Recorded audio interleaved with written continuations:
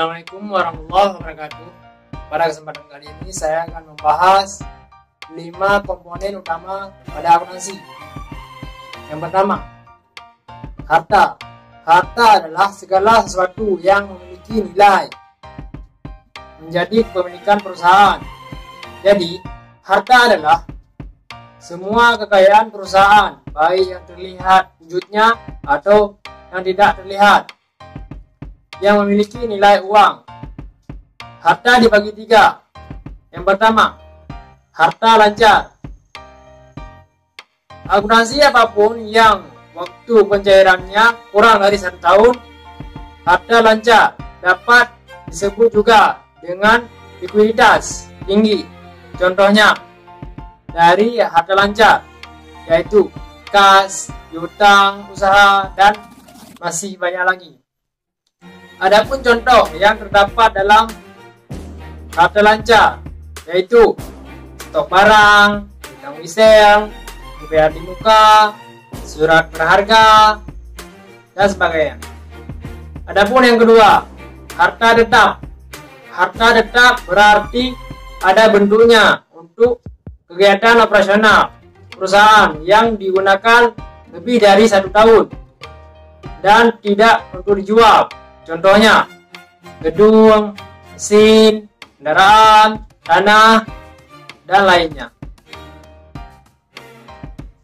Yang ketiga, harta yang tidak berwujud. Harta yang tidak berwujud adalah harta yang tidak memiliki wujudnya, tetapi digunakan oleh perusahaan untuk mendapat keuntungan seperti hak cipta dan hak paten. Adapun yang kedua, kewajiban atau utang. Kewajiban atau utang adalah kewajiban perusahaan untuk membayar sejumlah uang tertentu kepada pihak lain yang terdapat dalam jenis-jenis utang. Ada 2. Yang pertama, utang lancar. Utang lancar adalah dilunasi dalam jangka waktu kurang dari 1 tahun. Contohnya, utang usaha, beban yang masih harus dibayar, pendapatan dibayar di muka, dan sebagainya. Adapun yang kedua, utang jangka panjang. Utang jangka panjang adalah utang yang pelunasannya lebih dari 1 tahun. Contohnya, utang obligasi, hipotek, dan sebagainya. Adapun yang ketiga, ekuitas atau modal. Kewajiban perusahaan terhadap pemilik modal yang menanamkan modalnya ke perusahaan.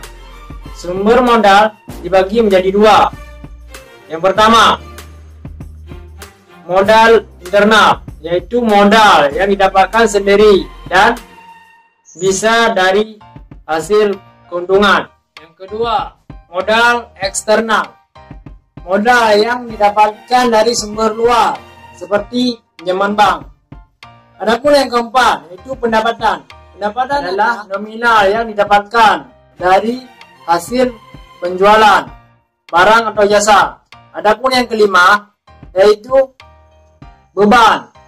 Beban yang dikeluarkan perusahaan untuk membiayai operasional usaha. Contohnya, beban gaji, beban sewa, beban bunga, dan sebagainya.